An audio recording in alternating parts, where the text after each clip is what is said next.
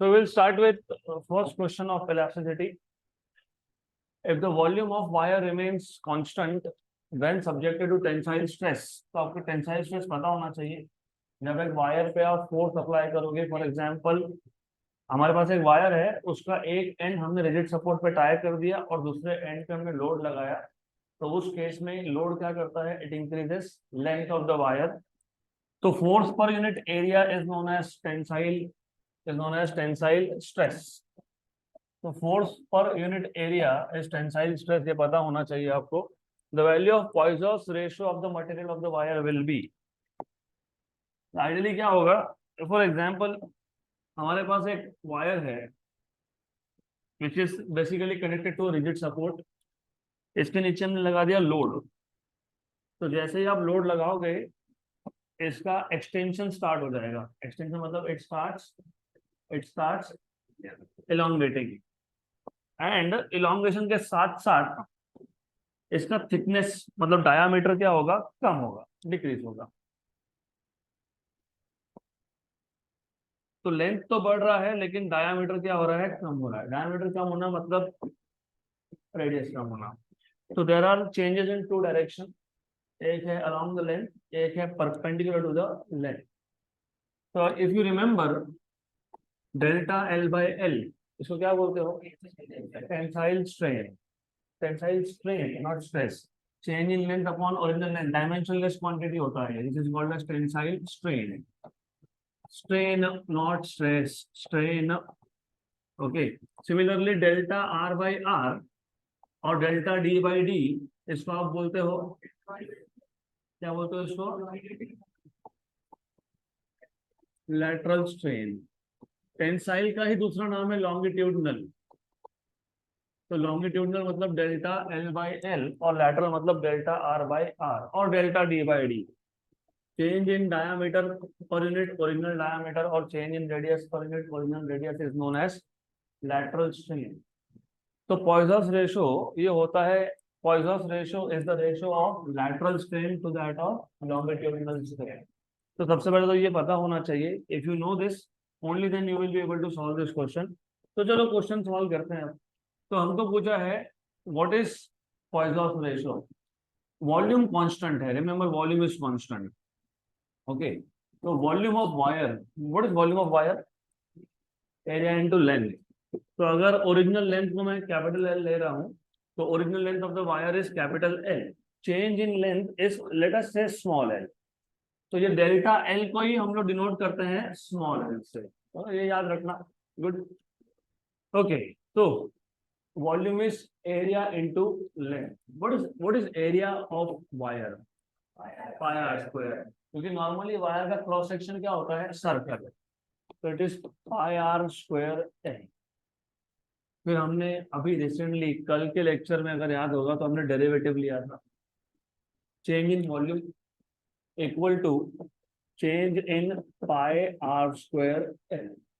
उसमें से पाई क्या है, कांस्टेंट है. तो delta V equal to pi आ गया outside, delta R square L. Pi को शिफ्ट कर दो, तो delta V by pi equal to delta R square L. लेकिन इन्होंने क्या बोला है, वॉल्यूम रिमेन्स कांस्टेंट. तो वॉल्यूम अगर कांस्टेंट है तो what is change in volume, zero. तो लेफ्ट हैंड साइड क्या हो गया, जीरो. तो you have delta V equal to zero. तो zero upon pi is zero, delta R square L. Derivative of two quantities, product of two quantities कैसे find करते हो, u into V rule. मतलब R square as it is derivative of L plus L as it is derivative of R square. तो R square delta L plus L, इसका derivative मैंने बताया, two R delta R. X raise to N का derivative N, X raise to N minus one into derivative of X. तो R square का derivative आएगा two R delta R. Correct. तुमको क्या चाहिए था, पॉइजॉस रेशो. और मैंने अभी बताया पॉइजॉस रेशो क्या होता है, it is the ratio of lateral strain to that of longitudinal strain. तो लैटरल स्ट्रेन मतलब डेल्टा आर बाय आर और लॉन्गिट्यूडिनल स्ट्रेन मतलब डेल्टा एल बाय एल. तो तुमको सिर्फ यहाँ पे delta R by R upon delta L by L adjust करना है। तो एक काम करेंगे, इस टर्म को लेफ्ट हैंड साइड पे लेके आते हैं। L two R delta R equal to, of course minus sign के साथ, तो मैं माइनस यहाँ पे लिख देता हूँ, minus R square delta L. उसमें से एक आर हो गया cancel out, then delta R upon R, इस आर को शिफ्ट कर दिया, इक्वल टू ये एल और टू वहां गया, minus delta L by L और टू, डन हो गया, आंसर आ गया। तो delta R by R upon ये पूरा का पूरा delta L by L shift कर लो, delta L by L equal to कितना आ गया, माइनस हाफ। ये जो माइनस है, इस माइनस को यहां लाओ, तो क्या आ गया answer, 0.5। What is this, Poisson ratio. तो आंसर इज 0.5। अब ये ऑप्शन नंबर डी मतलब 0.5, ये माइनस क्यों लिखा है, सिंपल। तो पॉइसन रेशियो एक्चुअली क्या होता है, it is with minus. Minus का रीजन है, लेंथ बढ़ेगा तो रेडियस कम होगा, और कम होना मतलब यू टेक नेगेटिव, और अगर लेंथ कम होगा तो रेडियस बढ़ेगा। तो उस केस में लॉन्गिट्यूडनल स्ट्रेन क्या बन जाएगा, नेगेटिव। तो दोनों में से एक नेगेटिव आता है, done, option number D. Next question, there is nothing to solve in this question, graphical question है। विद इन इलास्टिक लिमिट, चलो विद इन इलास्टिक लिमिट, तो इलास्टिक लिमिट क्या होता है बताओ। Stress is directly proportional to strain, ठीक है, लेकिन इलास्टिक लिमिट मतलब स्ट्रेस का वैल्यू की स्ट्रेन का वैल्यू, स्ट्रेस का वैल्यू। तो आइडियली होता क्या है, अगर आपने वो टॉपिक अच्छे से रिवाइज किया होगा, behaviour of wire under increasing load, तो व्हाट वी डू इज, हम एक एक्सिस पे स्ट्रेस प्लॉट करते हैं। स्ट्रेस प्लॉट करना मतलब फोर्स प्लॉट करना इन शॉर्ट, क्योंकि stress is force upon area. दूसरे एक्सिस पे हम लोग स्ट्रेन प्लॉट करते हैं, स्ट्रेन मतलब चेंज इन लेंथ प्लॉट करना। Remember stress is force upon area and strain is delta L upon L. तो प्लॉटिंग स्ट्रेस मतलब plotting force, and plotting strain मतलब प्लॉटिंग चेंज इन लेंथ, एक ही बात है, दोनों एक ही बात है। तो आइडियली स्पीकिंग, जैसे तुम लोड बढ़ाओगे, जितना तुम लोड बढ़ाओगे उतना चेंज इन लेंथ ज्यादा होगा, राइट। तो change in length और force they are directly proportional to each other. So force is directly proportional to change in length, मतलब stress is proportional to strain। लेकिन ये एक लिमिट तक होता है। तो इसका मतलब स्ट्रेस एंड स्ट्रेन का जो ग्राफ है, it is a straight line, right. जितना ज्यादा स्ट्रेस होगा उतना ज्यादा स्ट्रेन होगा, but up to a certain limit. तो the maximum value of stress up to which stress strain graph is a straight line, इसको बोलते हो इलास्टिक लिमिट। इसके बाद क्या होता है, then it is part of theory. इसके बाद आपको पता होना चाहिए प्लास्टिक फ्लो होता है, मतलब हम लोगों ने स्ट्रेस नहीं बढ़ाया फिर भी लेंथ बढ़ते गया। उसके बाद यील्ड पॉइंट आता है, यील्ड पॉइंट पे इफ यू रिमेम्बर, याद है क्या यील्ड पॉइंट पे क्या होगा, नहीं भूल गए, तो रिवाइज करो। यहां तक आपके पास इलास्टिक लिमिट है, इस पॉइंट के बाद you will get plastic flow type of structure, क्योंकि तुमने स्ट्रेस नहीं बढ़ाया फिर भी स्ट्रेन बढ़ते गया। फिर इसका मतलब यहाँ पे नया इलास्टिक पॉइंट आ गया ई डैश, जिसको तुम बोलते हो सेट, परमानेंट डिफॉर्मेशन। मतलब क्या हुआ, एग्जांपल बताता हूँ, चलो वो बात करिए तो हो ही जाएगा revise. See what happens is, for example मेरे पास एक 10 मीटर लॉन्ग वायर था, मैंने 1 किलोग्राम का लोड लगा दिया, 10 का हो गया 11। जब मैंने लोड निकाल दिया वापस से wire goes back to 10 metre, correct? If I put 2 kilogram load, the length becomes 12 meter. If I remove the load, it again becomes 10 meter. If I put 3 kg of load, then it becomes 13 meter. And if I remove load, it goes back to 10 meter. For example, 3 kilogram ये limit है। अगर मैं अभी 3.1 भी करता हूँ, तो this time what will happen is कि जो लेंथ है वो बढ़ जाएगा। फॉर एग्जाम्पल 3.5 मीटर से बढ़ गया तो 13.5 हो गया। Now if I remove the load, तो वापस से 10 मीटर नहीं होगा, इट इज परमानेंटली इलोंगेटेड। तो मे बी 10.5 हो गया, 11 हो गया, जो भी हो गया, but then the wire is now permanently elongated. तो इसका मतलब ये हो गया कि जो वायर था उसको नया इलास्टिक लिमिट मिल गया। अब नया इलास्टिक लिमिट क्यों बोल रहा हूँ, क्योंकि अभी भी इलास्टिक प्रॉपर्टी वायर में है। मतलब अभी आपके पास सिर्फ वायर 10 मीटर की जगह पे कितना है, 10.5। तो वापस तुम लोड लगाओ, रिमूव करो, it goes back to 10.5।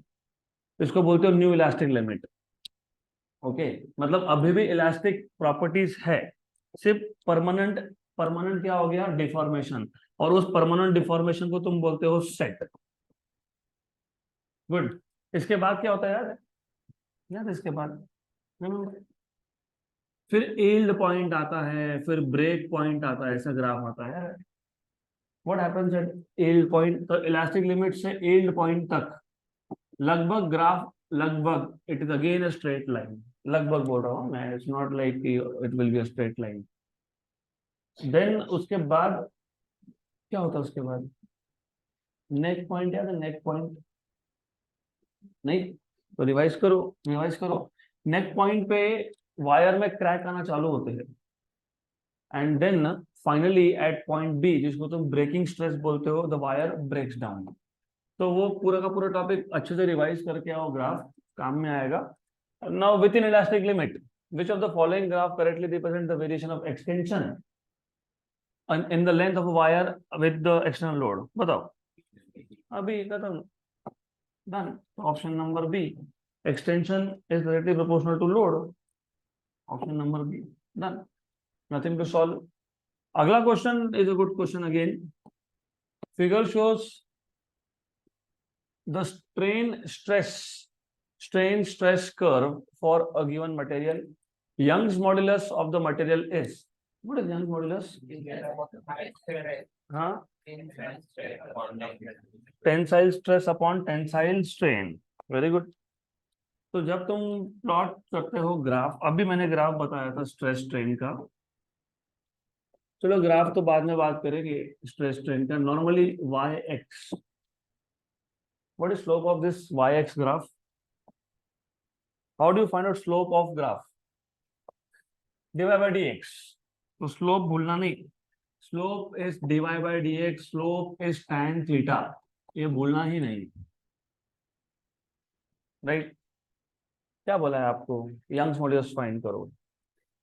Okay, what is Young's modulus according to you? Tensile stress upon tensile strain, मतलब stress upon strain in short. तो y एक्सिस में क्या प्लॉट कर रहा हूँ, स्ट्रेस, और x एक्सिस में क्या प्लॉट कर रहा हूँ, स्ट्रेन। तो dy बाई डी एक्स तुमने बोला स्लोप होता है, मतलब y2 minus y1 upon x2 minus x1। Imagine मैंने दो पॉइंट लिए और उसमें से एक पॉइंट ओरिजिन पे ले लिया, दूसरा पॉइंट कहीं और ले लिया।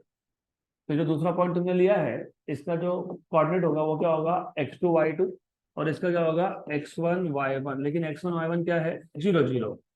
तो स्लोप क्या आएगा यहाँ से, y2 by x2। Very good, y2 by x2।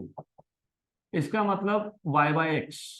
तो what is slope of any graph, y by x, अगर एक पॉइंट ओरिजिन है तो। सही है, करेक्ट है। तो what is stress upon strain, slope. तो ग्राफ से, क्योंकि y एक्सिस से तुम क्या प्लॉट कर रहे हो, स्ट्रेस, x पे क्या प्लॉट कर रहे हो, स्ट्रेन। तो y अपॉन x तुमने बोला क्या है, y अपॉन x स्लोप। तो what is stress upon strain, slope. तो इसका स्लोप फाइंड करना है, बस खत्म। तो Young's modulus which is stress upon strain, of course tensile stress upon tensile strain. वैसे ही bulk modulus is volume stress upon volume strain. Modulus of rigidity is shear stress upon shear strain, but ultimately stress upon strain ही है। तो तुमको अगर stress strain graph से कोई भी मॉड्यूलस पूछा होगा तो क्या करोगे, स्लोप फाइंड करोगे। तो करो स्लोप फाइंड इसका। तो slope is nothing but stress upon strain. अब स्लोप फाइंड करते वक्त कोई भी दो पॉइंट लो जिसकी वैल्यू आपको अच्छे से दिख रही है यहाँ पे। अगर आप स्मार्ट हो, जो ऑफ कोर्स हो, तो एक तो ओरिजिन ले ही लेना। हाँ, क्योंकि ओरिजिन की वैल्यू 0 0 है, तो वो तो अच्छा है, तो कम से कम तो ये ले ही लो। उसके बाद आई सी दिस वन परफेक्ट, है ना? तो इसको एक पॉइंट मान लेंगे, इसकी वैल्यू कितनी है, स्ट्रेन की कितनी है, 0.002, स्ट्रेस कितना है, 150 इंटू 10⁶। तो इधर भी ध्यान देना पड़ेगा आपको, 10⁶ न्यूटन पर मीटर स्क्वायर। तो slope is nothing but Young's modulus, which is nothing but stress upon strain. Stress 2 minus stress 1, y2 minus y1 upon strain 2 minus strain 1, x2 minus x1। वो तो 0 0 आ गया। Stress 2, what is the value of stress? 150 into 10 raised to 6, 150 into 10 raised to 6 minus 0, strain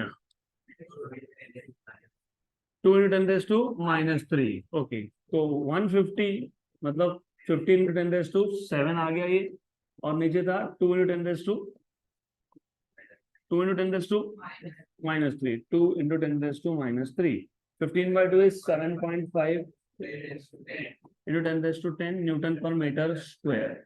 और एक चीज याद रखो, कोई भी टाइप का मॉड्यूलस हो उसकी value 10 raised to 10, 10 raised to 11 ऐसे ही मिलनी चाहिए।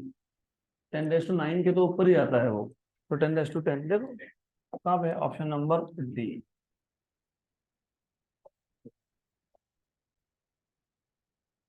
Next question,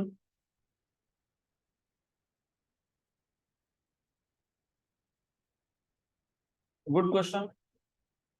if the ratio of diameters, diameter का रेशियो मतलब रेडियस का ratio, length and Young's modulus of steel and brass wire shown in the figure are P Q and R. तो diameter का ratio P है, length का ratio Q है, और Young's modulus का रेशियो आर है। Then the corresponding ratio of increase in their length would B. तो what is the ratio of increase in length, ऐसा आपको पूछा है। Good question. सबसे पहले you must remember what is formula for Young's modulus. चलो ठीक है, अभी नहीं अगर याद होगा तो बता देता हूँ ना। एफ बाई ए वो तो ठीक है, F by A upon delta L by L, that is fine, that is okay, वो तो ठीक है। लेकिन what is force? M G. क्यों? क्योंकि तुम वायर लेते हो, वायर के नीचे एक लोड लगाते हो, लोड मतलब एम जी, तो लोड इज एम जी। तो this is what you will have, ये लोड आ गया, लोड। यहाँ पे रिस्पॉन्सिबल कौन है एक्सटेंशन के लिए? M G. गुड। तो समथिंग लाइक दिस, ये था original length capital L, original length capital L, increase in length small L बोलो, डेल्टा एल बोलो, आपकी मर्जी है। ये लोड है एम जी। तो जब आप बोलते हो Young's modulus Y equal to stress upon strain, मतलब तुम बोल रहे हो force upon area change in length upon original length. तो y equal to F by A capital L by small L, force होता है एम जी, अपॉन एरिया होता है pi R square capital L by small L. तो ये पता होना चाहिए। आपको पूछा है, आपको बताया है पहले, तो क्या बताया है? रेशियो ऑफ डायामीटर, किसका किसका ratio? Steel and brass wire. तो diameter of steel upon diameter of brass, मतलब radius of steel upon radius of brass, इसको क्या बोला है? P.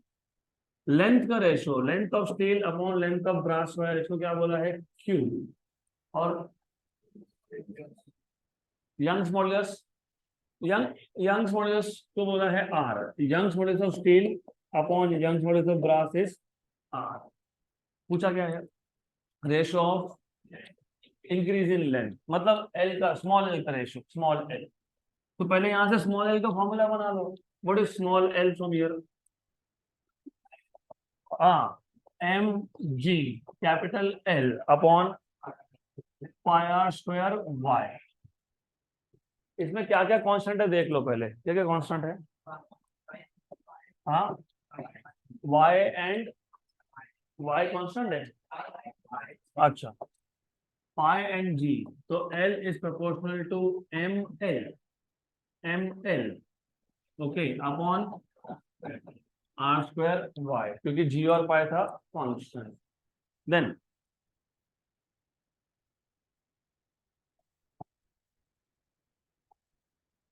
You are suppose to find out ratio of increase in length, किसका किसका? Length of steel upon length of brass. क्या आएगा formula? Mass of steel wire upon mass of brass wire. गलत, वो लोड है, load, load mass of steel, mass of brass नहीं है। What is the load, what is the mass below steel wire, what is the mass below brass wire. It is not mass of steel wire, mass of brass wire. Load से आया ना ये, mg से आया कि नहीं है? हाँ, तो mg से आया ये। Okay, length of steel upon length of brass. उसके बाद अच्छा, लेंथ कांस्टेंट था क्या दोनों का? लेंथ कांस्टेंट दिया है आपको? नहीं, ओके फाइन। उसके बाद क्या है? इनवर्सली प्रोपोर्शनल किसको है? रेडियस को, रेडियस को इनवर्सली प्रोपोर्शनल है ना, तो R B upon R S का स्क्वायर और Y B upon Y S. ठीक है, बन गया फॉर्मूला। तो भाई को बताओ डायग्राम देख के, what is the total mass below steel and what is the total mass below brass? Steel के नीचे कितना है? 2 + 3 5m, तो 5m। और ब्रास के नीचे कितना है? 3m, 3m। Okay, then what was ls by lb? q। What is rb by rs? rb by rs 1 by p, इसका square. What is yb by ys? yb by ys 1 by r, 1 by r। Very good, mm हो गया cancel, ये आ गया 5q upon 3p² r हो गया। कहाँ पे? 5q upon 3p² r, option number B.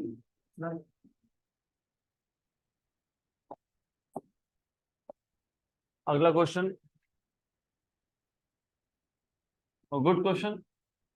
और मेटल सिलेंडर, बोला तो मेटल सिलेंडर है लेकिन दिख नहीं रहा सिलेंडर वो, तो पता होना चाहिए मेटल सिलेंडर। सिलेंडर का क्रॉस सेक्शनल एरिया क्या लेते हो तुम? सर्कुलर। हाँ, तो ये जो आपको सिलेंडर दिखाया है ना, सबसे पहले इसका क्रॉस सेक्शनल एरिया सर्कुलर है, that is what you need to know. तो the cross sectional area of this is circular. Okay, तो ये सर्कुलर क्रॉस सेक्शन आएगा something like this, of length l, तो length is l, is subjected to uniform compressive force. तो पिछले case में जो तुमने फोर्स देखा, ये एलोंगेशन करने वाला फोर्स था, लेंथ बढ़ाने वाला। और ये कौन है? कंप्रेस करने वाला, मतलब लेंथ कम होगा तो डेफिनेटली डायमीटर बढ़ेगा। Okay, then the material of the cylinder has Young's modulus y and Poisson's ratio sigma. The change in the volume of the cylinder is, change in the volume मतलब delta V find करना है। तो कैसे find करोगे delta V? How will you find out delta V? अब change in the volume find करना है, मतलब वॉल्यूम कांस्टेंट नहीं है। Going back to the first question of this set, यहाँ पे बोला था वॉल्यूम इज कांस्टेंट, तो तुमने क्या किया था? वॉल्यूम लिया, उसके बाद उसका डेरिवेटिव लिया और चेंज इन वॉल्यूम को क्या बोल दिया? Zero.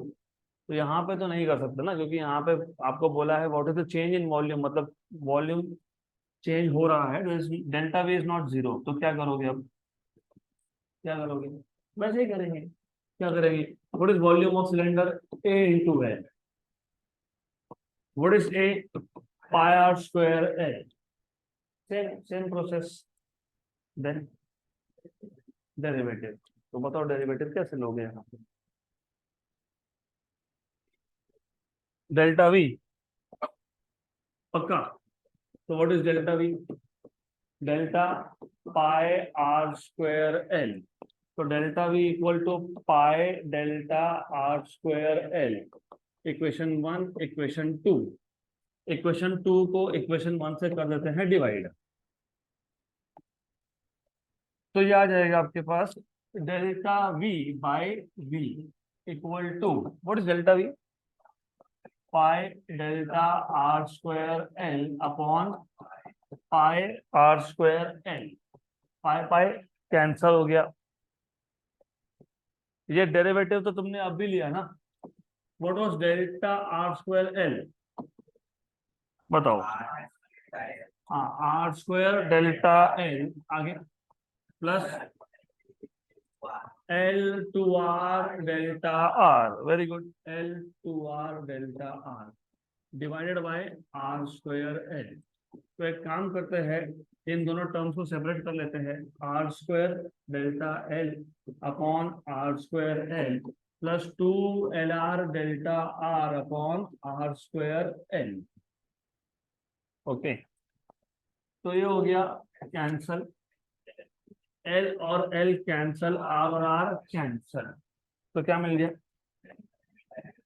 Delta V by V equal to delta L by L plus 2 times of delta R by R. समझ में नहीं आता कि स्टेप्स कौन से करने हैं, ये सबसे बड़ा प्रॉब्लम रहता है कि फॉर्मूला तो पता है लेकिन how to reach to the answer. Look at the options, what do you notice? वैसे तो आंसर देख के खत्म हो गया, ऑप्शन डी आना चाहिए। और क्यों आना चाहिए तो समझेगा अभी धीरे धीरे, ये विद प्रैक्टिस होता है, बिकॉज वंस यू रियलाइज, मैंने अभी बताया, अगर लेंथ कम होगा तो फिर रेडियस बढ़ेगा, मतलब एक नेगेटिव आएगा तो सिग्मा में नेगेटिव आएगा, आना चाहिए। तो ऑप्शन नंबर डी आने के चांसेस सबसे ज्यादा है। हम लोग सॉल्व करेंगे, देखते हैं, क्योंकि माइनस माइनस सिग्मा दिख रहा है वहां पे, माइनस सिग्मा कहाँ कहाँ दिख रहा है, बी और डी में। और आपको पता है, अभी देखा तुमने, पॉइसन रेशियो की वैल्यू नॉर्मली क्या आती है, हाफ, मतलब 1/2, तो 2 तो इन्वॉल्व होना चाहिए। हाँ है ऑप्शन नंबर डी। ठीक है, हम लोग सॉल्व तो करने ही वाले हैं, लेकिन you should also remember such tricks. तो सिग्मा चाहिए आंसर में, देखो हमको आंसर में सिग्मा चाहिए, तो सिग्मा कैसे लाओगे आंसर में, how do you bring sigma? use the formula of sigma. What is sigma? Minus delta r by r upon delta l by l. Correct. वापस you have to go back and check. What else do you see? Young's modulus, है ना?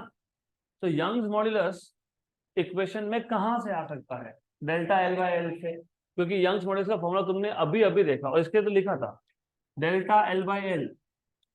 ये देखो L upon small L क्या है, small L मतलब क्या है, डेल्टा है। Very good. तो डेल्टा एल बाई एल से क्या आ सकता है, यंग्स मॉडुलस। तो डेल्टा एल बाई एल को रिमूव मत करो यहां से, डू नॉट रिमूव दिस। तो क्या करोगे फिर, sigma delta L by L, और ये माइनस साइन यहाँ ले लो, तो ये क्या आ गया, डेल्टा आर बाई आर। ये डेल्टा आर बाई आर कौन से इक्वेशन में सब्स्टिट्यूट करोगे, इक्वेशन नंबर 1 में। सिंपल। तो स्टेप्स भी आपको ऑप्शन देख के फॉलो करना पड़ेगा। सिग्मा लाना है तो सिग्मा का डेफिनेशन। अब प्रॉब्लम क्या हो गया कि हम लोग या तो डेल्टा आर बाय आर के जगह पे सब्स्टिट्यूट कर सकते हैं या फिर डेल्टा एल बाय एल के जगह पे। लेकिन अगर मैं डेल्टा एल बाय एल अभी हटा दूंगा इक्वेशन से, कर सकता हूँ ना, delta L by L equal to minus delta R by R upon sigma. लेकिन प्रॉब्लम क्या है, फिर मुझे क्या चाहिए, यंग्स मॉडुलस। लेकिन Young's modulus delta R by R से नहीं आता है, किससे आता है, डेल्टा एल बाय। तो do not remove delta L by L, substitute कर दो। तो from 1 and 2, from equation number 1 and 2,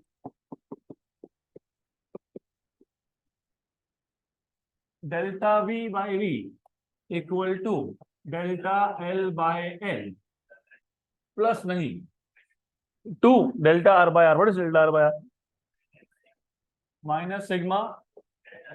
हो गया, मैंने तो बताया -2 सिग्मा आएगा, आ गया ऑप्शन नंबर डी, खत्म। तो delta V by V equal to delta L by L common 1 minus 2 sigma. But as you know, Young's modulus y equal to force upon area upon delta L by L. So what is delta L by L? F upon A by. तो equation number 3 में equation number 4 substitute कर दो। तो from 3 and 4, from equation number 3 and 4, delta V by V equal to delta L by L, which is F upon AY, 1 minus 2 sigma. Almost done. तो delta V क्या आ जाएगा, V को shift करना पड़ेगा क्योंकि तुमको चेंज इन वॉल्यूम पूछा है। ये क्या है, ये रिलेटिव चेंज है, फ्रैक्शनल चेंज है। ये याद है क्या, chapter number 1 of 11, change upon original value, उसको क्या बोलते हो, फ्रैक्शनल चेंज या फिर रिलेटिव चेंज। तो तुमको चेंज पूछा है कि रिलेटिव चेंज पूछा है, चेंज। तो रिलेटिव चेंज पूछा होता तो ये आंसर आता, लेकिन आपको चेंज पूछा है तो वी को वहां लेके जाना पड़ेगा। But what is V, area into length, area into length, okay, 1 minus 2 sigma, क्या कैंसिल हो गया answer, F L by Y 1 minus 2 sigma, F L by Y 1 minus 2 sigma, option number D.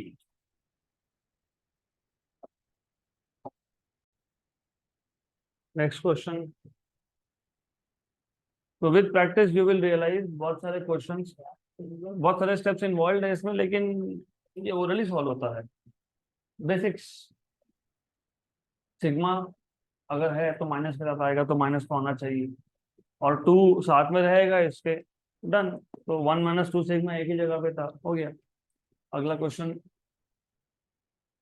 Identical springs, identical, identical का मतलब होता है कि उनका length और रेडियस सेम होना चाहिए। Of steel and copper, material change हुआ तो यंग मॉड्यूलस चेंज होगा, तो स्टील का Young modulus is greater than copper, are equally stretched, गलत है, क्वेश्चन गलत है, आर इक्वली स्ट्रेच्ड नहीं, are stretched by equal loads, ये सही है, are stretched by equal loads. क्यों समझ में आएगा आपको थोड़ी देर में, क्योंकि जो आंसर की में दिया हुआ है आंसर वो मैच ही नहीं होगा otherwise. Lace work is done on copper spring, lace work is done on steel spring, equal work is done on both the springs, data is incomplete. तो हमारे पास दो स्प्रिंग्स है, एक है स्टील का एक है कॉपर का, they are stretched by equal loads, load equal होना मतलब दोनों स्प्रिंग के नीचे मास इक्वल होना। What is work done in stretching a spring, और हाफ लोड इनटू एक्सटेंशन। तो अगर आपको याद होगा, अगर आप एक वायर के नीचे लोड लगा रहे हो, for example going back here, तो ये जो एक्सटेंशन प्रोड्यूस हुआ ये अपने आप नहीं हुआ, किसकी वजह से हुआ, लोड की वजह से हुआ। तो वर्क डन हुआ, किसने किया वर्क, लोड ने। तो अगर आपको याद है, तो work done in case of extension is given by half load into extension, half F L, and this work done is stored in the form of potential energy because work is energy which can neither be created nor be destroyed। तो कहाँ store हो गया, पूरे के पूरे wire में, पूरे wire में, इंपॉर्टेंट। ये जो वर्क हुआ एक्सटेंशन प्रोड्यूस करने के लिए, ये वर्क कहाँ स्टोर हो गया, पूरे वायर में स्टोर हो गया, तो it is stored in complete wire. तो ये पता होना चाहिए ये पूरे के पूरे वायर में स्टोर हो गए।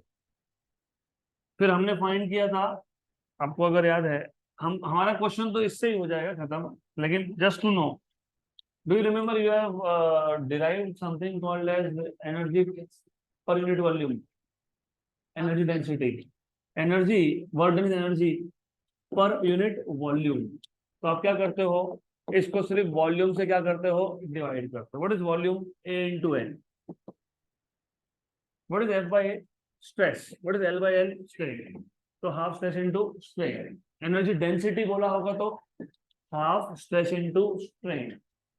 हमको यहाँ पे एनर्जी डेंसिटी ने वर्क पूछा है, and the stretch by equal loads, हो गया क्वेश्चन खत्म, the stretch by equal loads, okay. तो work is proportional to L, क्योंकि फोर्स क्या है, constant, since F is constant. But Young's modulus Y is equal to F by A, L by small L. तो small L is equal to F L by A Y. मैंने अभी बताया तुमको कि equal identical spring होने का क्या मतलब होता है, length is same, radius is same, radius same तो एरिया इज सेम, और फोर्स तो सेम था ही, तो ये क्या है, कांस्टेंट है। तो इसका मतलब small L is proportional to 1 by Y. तो from equation number 1 and 2 what do you see, work done is proportional to extension and extension is inversely proportional to Young's modulus। तो work done is inversely proportional to Young's modulus। तो जिसका Young's modulus ज्यादा उसके लिए less work is done। तो किसका ज्यादा दिया हुआ है, हाँ, तो less work is done on steel, हो गया, बताओ।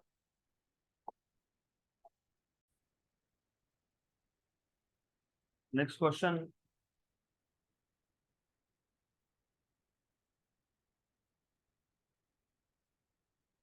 Question number 7।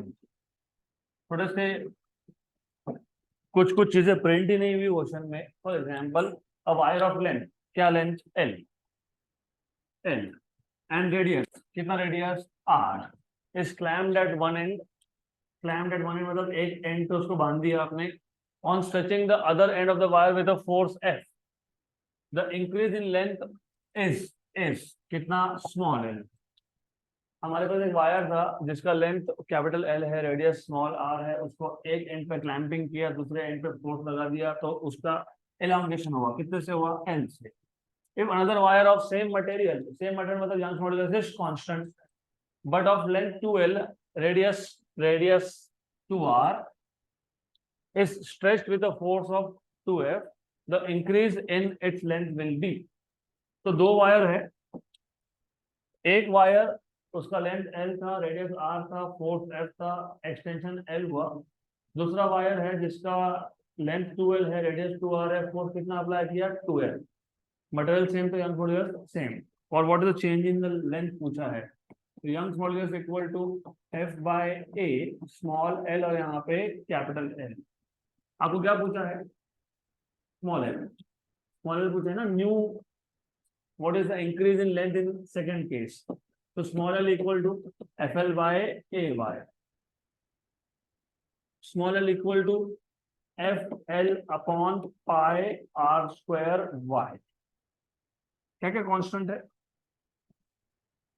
पाई और वाई, क्योंकि मटेरियल सेम था इसलिए वाई इज कांस्टेंट। बाकी कुछ कांस्टेंट है क्या? नहीं। तो small L is proportional to F L upon R square, तो L two by L one equal to F two by F one, क्योंकि directly proportional to F, L two by L one and inversely proportional to R square, तो R one by R two का square. What is F two? Two F. What is F1? F. What is L2? 2L and L. What is R1? R and R2? 2R. इसका square हो गया, ये हो गया cancel cancel, ये भी हो गया कैंसल। 2 into 2 4 अपॉन 4 कितना आ गया? 1। तो रेशो इज 1, मतलब L2 इक्वल टू L1। तो जितना एक्सटेंशन पहले वायर में था उतना ही एक्सटेंशन दूसरे वायर में भी होगा। तो L2 by L1 equal to 1, इसका मतलब L2 इक्वल टू L1 और L1 दिया था L, तो आंसर इज L। तो यहाँ पे भी प्रिंटिंग मिस्टेक है, ये L/4, L/2, L और 2L ऐसा बोलना था हमको, option number C.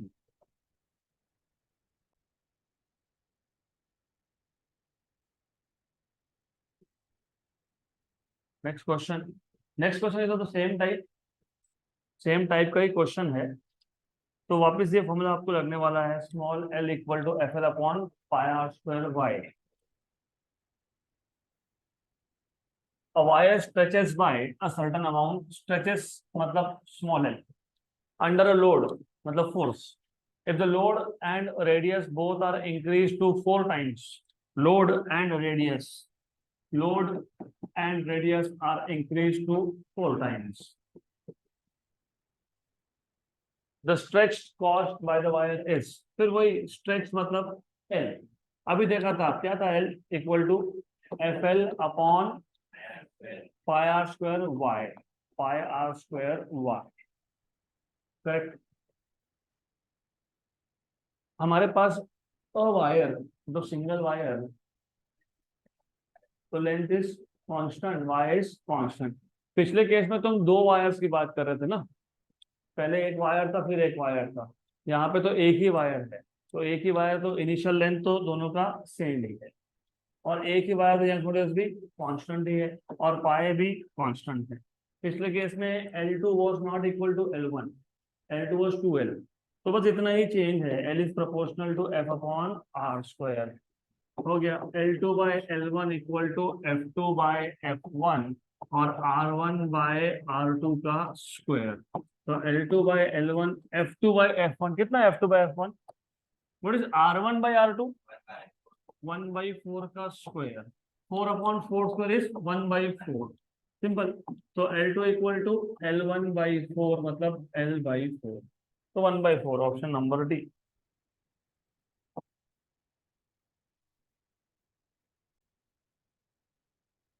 Next question.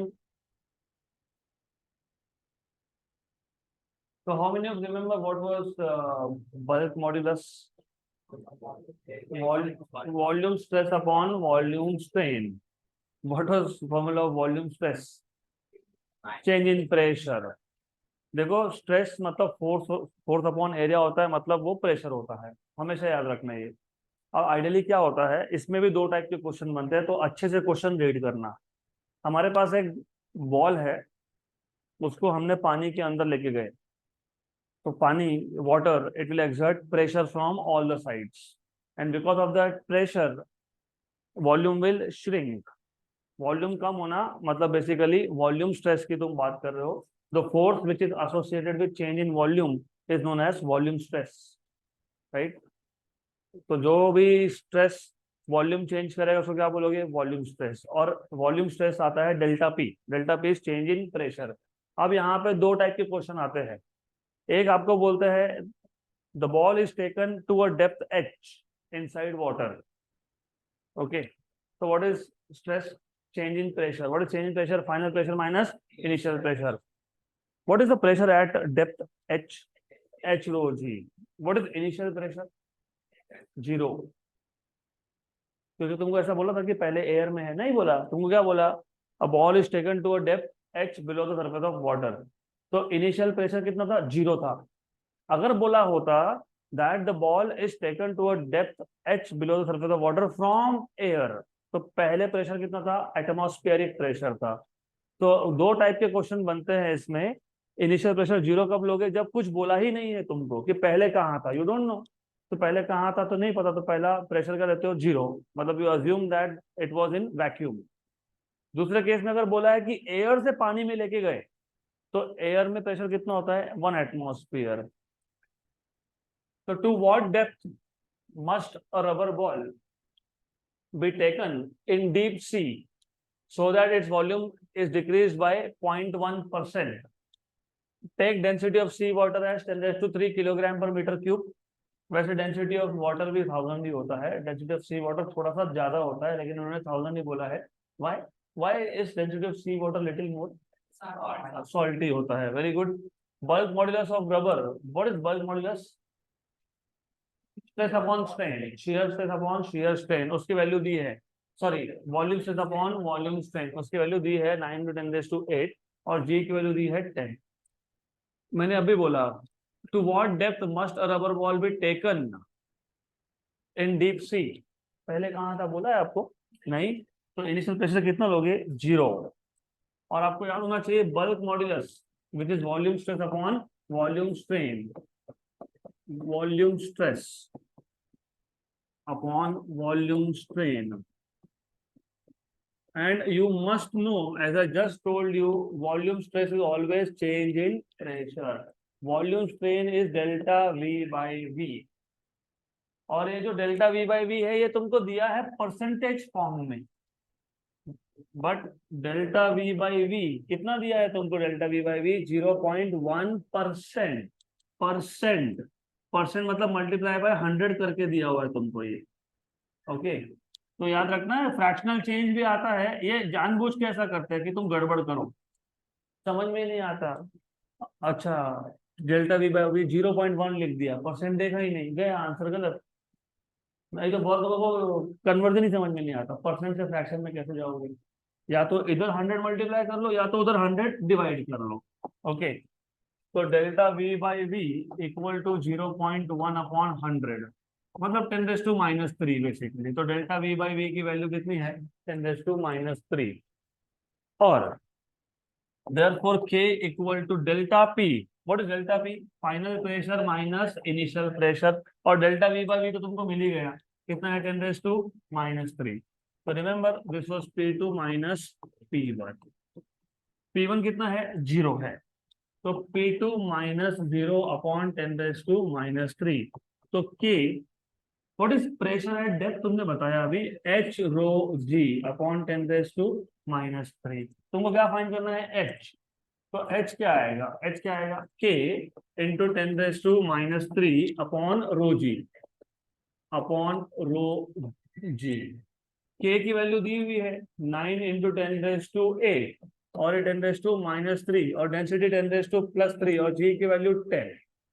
सही है। तो h इक्वल टू 10⁻4 और ऊपर 10⁻8, तो 10⁻4 इंटू 10⁻³ तो कितना डेप्थ है 90 metre. 90 metre is the depth. 90 metre, option number C. Okay fine. तो ये जो मैंने माइनस लिखा ना, ये माइनस क्यों लिखा मैंने, क्योंकि यहाँ पे इनिशियल प्रेशर 0 लिया है, नहीं तो प्लस करना पड़ेगा। ठीक है। अब ठीक, अब प्लस क्यों किया, सपोज ऊपर एटमॉस्फेयर था और नीचे तुम लिक्विड में बॉल को लेके गए, तो उसके ऊपर कौन सा कॉलम है, लिक्विड एंड एयर। ठीक है, तो प्लस P1। फाइन। तो यहाँ पे फर्क नहीं पड़ता वो, क्योंकि यहाँ पे बेसिकली हम लोगों ने क्या किया, 0 लिया P1। Thanks for the correction. ठीक है। वैसे what is P2 minus P1 called as gauge pressure, क्योंकि इनिशियल अगर बाहर अगर एटमॉस्फेयर होता तो P2 माइनस P0 वो होता gauge pressure.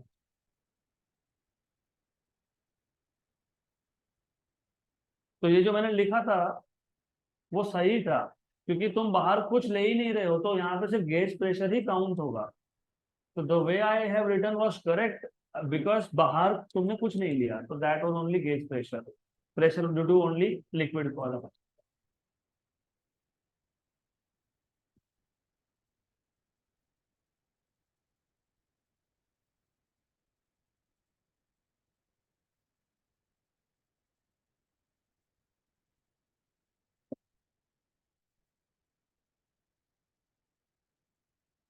Quick quick quick quick,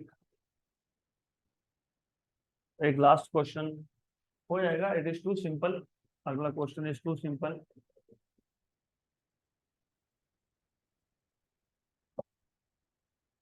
done.